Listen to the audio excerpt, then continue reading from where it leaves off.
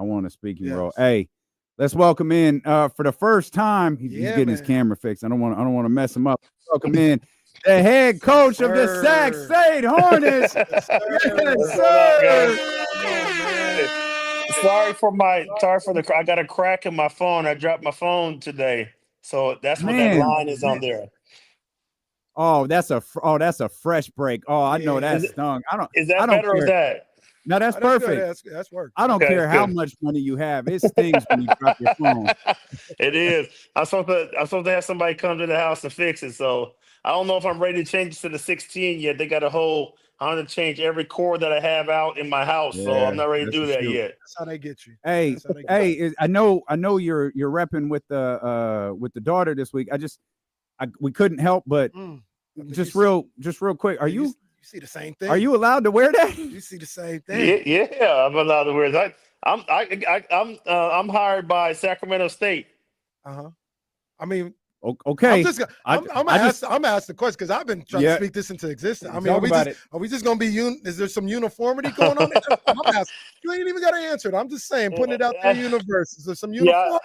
I don't want to put anything out there yet until anything's done. So you already know me. You already know how I do it. So Let's go, Mike. Let's go, Mike.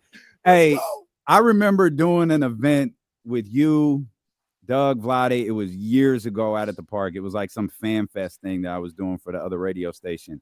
And you and Doug were on stage, and Vlade was up there. And I remember like the question of coaching came up. And you went and you stood and you put your arm around Vlade and kind of looked at him like, you're the guy who can make this happen. I know this is something that you wanted to do forever. I know you've been doing it, with your boys and all of that stuff in Arizona, but tell me, what's it like? I mean, I know Sacramento isn't your home, but it's your home. It's a second home to me. I spent half of my career here. One of my kids was born in Sacramento. My kids grew up in Sacramento. They spent some of their good years in Sacramento. So I felt it was only right to come back to Sacramento and kind of start my coaching career there because it was kind of like in the NBA. I was in Vancouver. I got drafted by Vancouver, played 3 years. I remember somebody coming up to me like, hey, what happened? Do you still play? And I was like, damn, so I was like, kind of like, yeah, I still play. I'm in Vancouver, so no one really knows my Vancouver years. But then, so I know. And then so I got to Sacramento and it's kind of like rejuvenated my career and kind of restarted my career. So I was kind of like, okay, I did it in basketball. Let's kind of go make this kind of same splash in coaching. Did you always have an eye on coaching, like even in your playing days or anything? Because you're a point guard. That's just a natural coach. That's a natural position where you're a leader and teaching the game and seeing all sides of the game. But did you ever say, like, while you were playing, yeah, I'm gonna be on the sidelines at some point? When you're playing, you never think the game's going to end. You think that may think it's never going to stop. And I didn't really want to coach until I coached my son since he was 9. So Michael, my son's 27 now. So I coached him since he was 9, and with him, it was just okay. I'm gonna put them in the right situation. I'm gonna teach these kids the right things, the right way to play until they get to that next level. Now somebody can overtake them. Now I can be a father and watch. I'm not one of those helicopter dads that sit over and I want to watch and I want to make sure my son or my kid plays. I don't do that. So I would put them in the next situation and let somebody take them over while I sit back and watch and kind of teach them the right way of things, like as a dad instead of as a coach. And I went into practice one day and he was a freshman, and I saw the way the practice was being handled. And I remember talking to the AD. I'm like, I don't like this for my son. I want him to be able to learn and get in situations where when he goes to that next level, he'll be ahead of the 8 ball. And he's like, we don't know how long we're going to keep this coach. Would you like to coach? And I was like, you know what? Yeah, I'll take over coaching. That's when I started with the high school. And then I fell in love with it. I fell in love with what I do for these kids and teaching these kids and grooming these men into young men. I can't believe your son's 27. I'm I know. shook up. That's crazy. Time is He's big Man, too, man. I mean, he's to that stage, but trying to press his up on me a little bit. I said, "You Well, still my son, man. Back up." that's the wrong move. Dude, it seemed like that's the wrong move, son. have you Oh, thought about like it's because like Mike, obviously you know the game, like you've been involved in the game basically your entire life and in coaching and that's just kind of relaying lessons that you've learned. But man, you've got different animals to deal with in 2025, man. You got transfer portals, you've got NIL agreements. Like, how much thought have you given to that over the last few years leading to this moment, but really the last few weeks since you got this job? it's different. Right? It's different now, and we're hitting the ground running. We're allowed to deal with the portal stuff, and right now you can talk to all the people in the portal, and it's crazy. I got so many calls. I'm probably like 150 kids. Like the first 2 days, I was the coach. And, I haven't got a chance to look at everything yet, but we're gonna pull off an amazing feat right here and come in here and try to switch the whole culture of Sacramento State around and turn this into a winning thing. Mike, what would you say your style of play is? Like if we go out there and we're watching Sac State, we'll definitely be out there. Are we gonna be like, man, this is a up and down offensive team, or this is a grimy defensive team? Obviously, you want them to be able to do everything. But what do you want to hang your hat on as a coach for your team? My thing, even though I didn't play much of it in the NBA, it's gonna be I want them to play defense. Our thing's gonna be off defense. I want to be an up tempo team. We're gonna run and gun, get shots up. We're gonna be in shape, so we're gonna go back to the old school running. I want our team to pick up defensively and kind of wear this team out. You get in games and teams play at your pace. We want teams to play at our pace, and they're not going to be ready for it. We will. So we're going to try to wear teams out in that aspect. Try to average 80 to 90 points a game and just get out there and play basketball and have fun while we're doing it. And that influences the way you attack this transfer portal, right? It influences the way you recruit. Like you have a style of play in mind, and you've got to go get young men who can do that. Yeah, I mean, I want kids that can play. But first of all, I want good kids, good young men that Mhm. aren't knuckleheads and come in here and put themselves in a good situation, and so I can look out for them and kind of teach them, be a father figure for these kids and help these kids grow. But I mean, I want kids that can play, what I mean, and that are dogs and will get out there and will leave everything on the line for their teammates.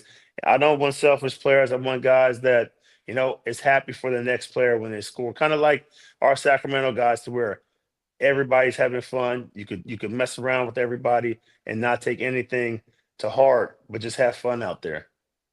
Mike, you obviously you've lived out here, you played out here, X amount of years ago, and you probably know in the city, the perception of Sac State and what it was as a university, commuter school, the sport, it wasn't like high, right? It was just like, all right, it's whatever, it's Sac State.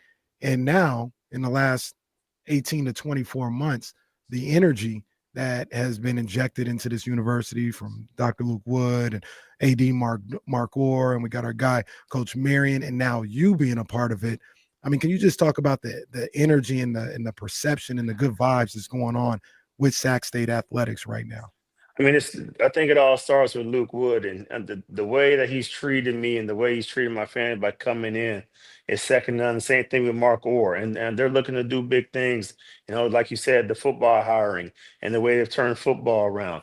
I think it's going to go the same thing with basketball, and they want to see these.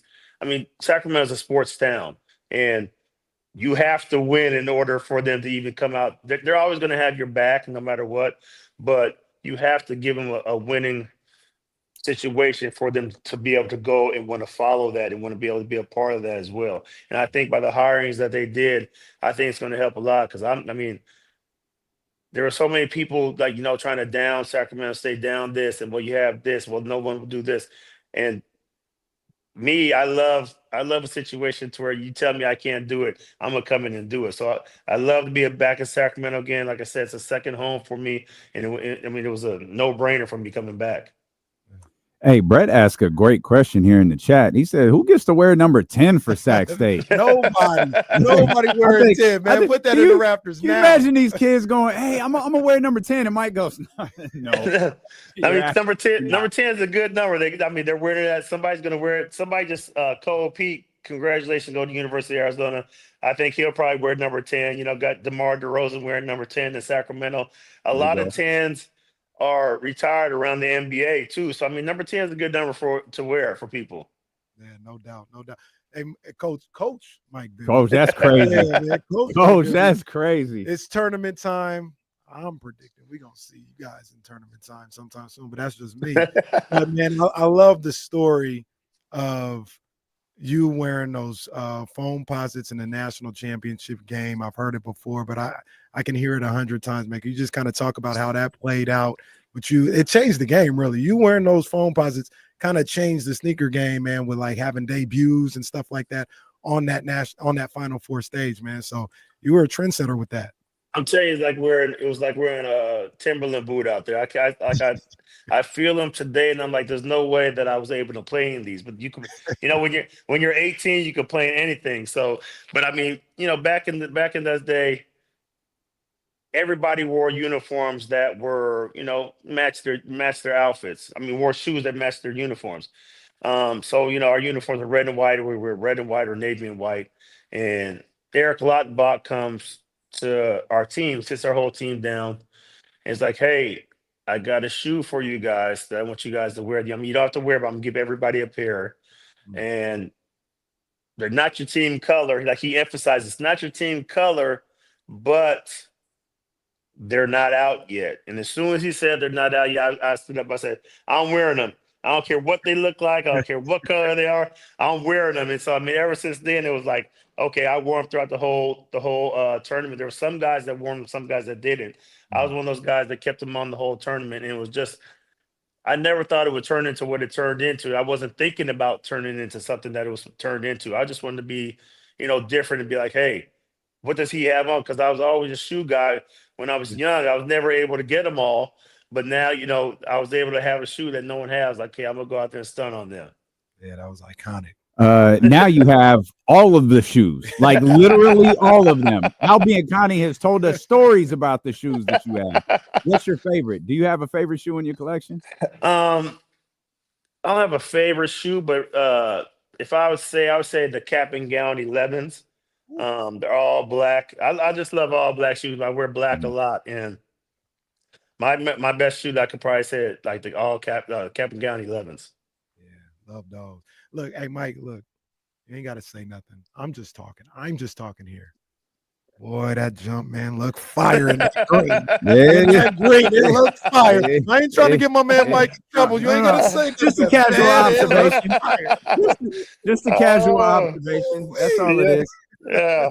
Mike, before we let you go, I'm old enough to remember, I don't know how many people are, when you were a Kings analyst, like 5 minutes ago. And yeah, one of the biggest discussions is the Keon Malik starting 6-man thing that's going on right now. You're a part of one of the greatest conversations ever in that regard, is that you were starting. Bobby was really good, the 6-man, and it was a constant, what would be a better fit for Sacramento. Do you have an opinion on the starting 2 spot for Sacramento? You could always look at what I said. I said it from the first day coming in. I loved Malik coming off the bench, and I put him in those categories with the Lou Williams and Jamal Crawfords, those guys that won that award 3 times. And I mean, I just think on any team he could be a starter. The same thing with Bobby Jackson. Like, Bobby just gave us so much energy coming off the bench. That was his role, and Bobby embraced it. Bobby got 6-man of the year. I mean, it's just something that I think that fits him so good, that you need that kind of firepower coming off the bench. And I'd start Keon Ellis and bring Malik off the bench, just because when things start off slow, they've been saying that since the beginning of time. When things are slow, you need somebody off the bench with that firepower to give you a boost when the team's dragging at the beginning. I think Malik does that for them. I'd bring Malik off the bench. He's a great player. Like I say, he could start anywhere he wanted to, but I think his best role is being the sixth man. Coach Mike Oh, Bibby. man, this is awesome. Coach Mike This is Bibby, man. That's Cannot awesome. wait. Congratulations, It's bro. about to go up when we get to sack. Be ready. Everybody be ready when everybody coming out. Yeah. Just be ready. It's gonna be a different look over there. Yeah. Hey, we're Yeah. proud of you, bro, man. Thank Congratulations. you very much. Yeah, I this see is you, awesome. you got your hair now, huh? I see that. Oh yeah, come on now. Yeah, boy. Hey, Mike know what it is. Mike, you know why? You know why I told my hair back? I got confused for you as you too many times. I be at the Monarchs games like, hey, you Mike Bibby? Like, no, man, I'm not. I had to grow it out, dog. It looks good, man. I was at the airport yesterday. Somebody thought I was Derek Jeter, man. I don't know, but I mean, some people don't get to see people a lot, man. So I guess so. All light-skinned brothers look exactly the same. Appreciate you, Mike. Can't wait for you to get out here, man. Yes, you know sir. we're gonna be out there Yes, sir. supporting you. I appreciate it, man. Thanks for having me on. Welcome sir. back, baby. Yes, sir. Thank you guys. That's our man, Mike.